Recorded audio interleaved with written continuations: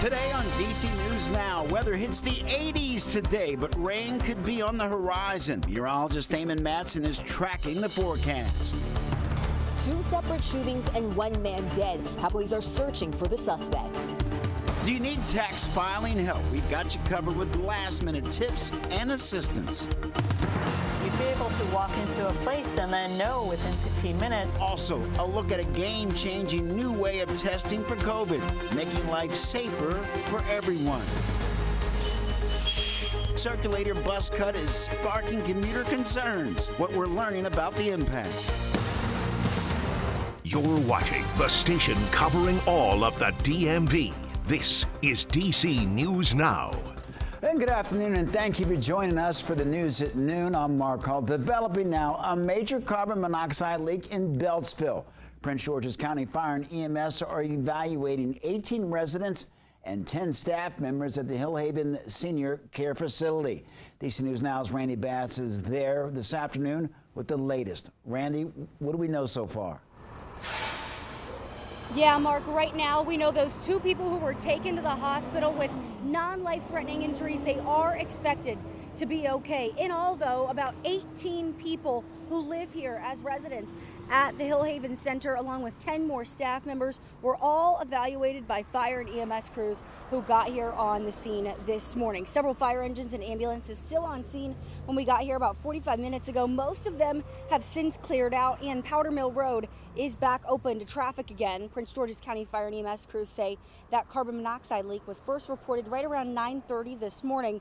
Crews found high CO levels when they got here, and they're working to determine the cause of that leak. This area of Adelphi is right on the Montgomery-Prince George's line, and EMS crews from the Montgomery side came to help too. Again, those 2 people who were taken to the hospital are expected to be okay. Not clear at this point what caused or where this leak started, but this story is still very much developing, and we'll bring you those details as we get them. Live in Adelphi, I'm Randy Bass, DC News Now.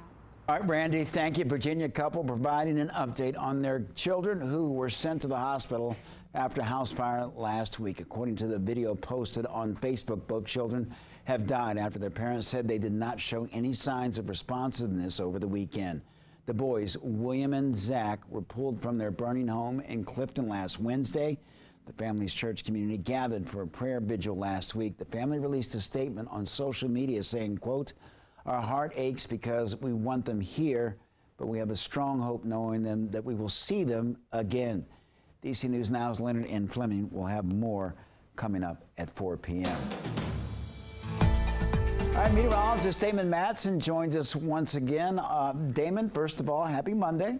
Happy Monday, my friend. Good to see you. Good to see you as well. Question, it's warm outside. It was a nice day yesterday, but there's rain and storms on the way? Well, you nailed it, my friend. That's exactly it. We are looking at a pretty good environment for storms to develop here this afternoon. Folks, you may have noticed just how warm it was. It was beautiful yesterday as temperatures climbed into the lower 80s. But when you build up all of that warmth, it does not take much to produce some thunderstorms. You just need a frontal boundary, a little disturbance in the atmosphere to just spark things up just like that. And we're seeing that here today with already warm temperatures in place. Just over the last couple of hours, we've already had a couple of broken lines of thunderstorms develop, mainly over the eastern panhandle, drifting to the east. One was already severe warned back into Mineral and Hampshire counties. Now, thankfully, that first severe warned storm has dissipated quickly, and all we're seeing at this point is a little bit of heavy rainfall moving out of Harpers Ferry, crossing into southern Frederick County near Brunswick, and we also have a shower over near Adamstown as well. But that's all that's left of those severe thunderstorms that were over West Virginia. But this isn't the last of any activity. We have a couple of other storms that were just severe over into the center part of West Virginia, moving out of Morgantown there, crossing into Garrett County, Maryland. Those have already weakened as well. So this is the type of environment we're going to see throughout the day. These storms will spark up quickly, potentially turning strong to severe, and then also they will just dissipate rapidly as we head about an hour or so down the road. Now, for the time being, these storms are focused off to the north and west, but as we go throughout the rest of the afternoon, it's to the south and east that we are more likely to see more isolated storm development. Again, things are going to be warm out there. We're talking mid-80s for high temperatures. So there you have the warmth. We have that front moving through, and that chance for showers and storms will be there through the rest of the afternoon, all the way up until about sunset tonight, 8 p.m. So again, where should we be watching for that possibility of those strongest storms this afternoon? And will this be a common theme as we go throughout the rest of the week? We'll have a full look at your forecast coming up here in just a bit. All right, Damon, thank you. Switching to Baltimore, Maryland, the FBI is opening a criminal investigation on the shipped alley that hit the Francis Scott Key Bridge that caused the collapse last month. Federal officials say that the investigation is looking to see if the crew left port knowing that the vessel had system issues. The investigation is separate from the NTSB. Their investigation works to find the cause of the crash and assesses other safety measures. Well, the U.S. Attorney from Maryland says that they will seek accountability for anyone responsible. And new developments this afternoon. Police have identified 18-year-old Michael Delonta Cooper, the victim of shooting in Prince George's County. It happened Sunday night near a park in Seat Pleasant. At DC News Now, Jean-Marie Sassay is at the scene with the latest. Yeah, police believe this triple shooting is connected to another shooting that happened here at Berkeley Park that left a man dead. Now, they also say that this entire situation sparked up possibly because of a neighborhood beef. People in the community say they're tired of the crime and they want everyone to come together to put an end to this. It does break my heart. Nearly 6 dozen shots were fired near Booker Terrace on Sunday night just before 9. According to the Maryland National Capital Park Police, 3 people were shot and had to be rushed to the hospital. Several cars were also damaged. All of this happening less than 2 hours after a man was found shot at Berkeley Park in Seat Pleasant. That man was taken to the hospital where he died. Police believe these 2 incidents may be connected, and it could all be because of neighborhood beef. At this point, it seems like it's neighborhood beef. Some pre-existing things that transpired and culminated in our park. For our folks that are looking to use our parks, please just come out, use them for what the intended purpose is, and obviously we'll do our job to try to make it as safe as possible for you guys. Community advocate Jeanette Brandon says it's going to take the entire community to come together to put an end to the increasing gun violence. We need to put together our peace walks again. We need to bring back the fights for the community. Start standing in these communities, standing our grounds, and making sure that we let them know that we're going to take back our community. Now, currently, police do not have any suspects, so if anyone has any information, you are encouraged to contact them. For now, reporting in Seat Pleasant, Maryland, I'm Jean-Marie Sassay, DC News Now. All right, Jean-Marie, thank you. Emancipation Day is tomorrow, but D.C. is celebrating early. Leaders hosting the 7th Full Democracy Champions Luncheon. That's happening right now.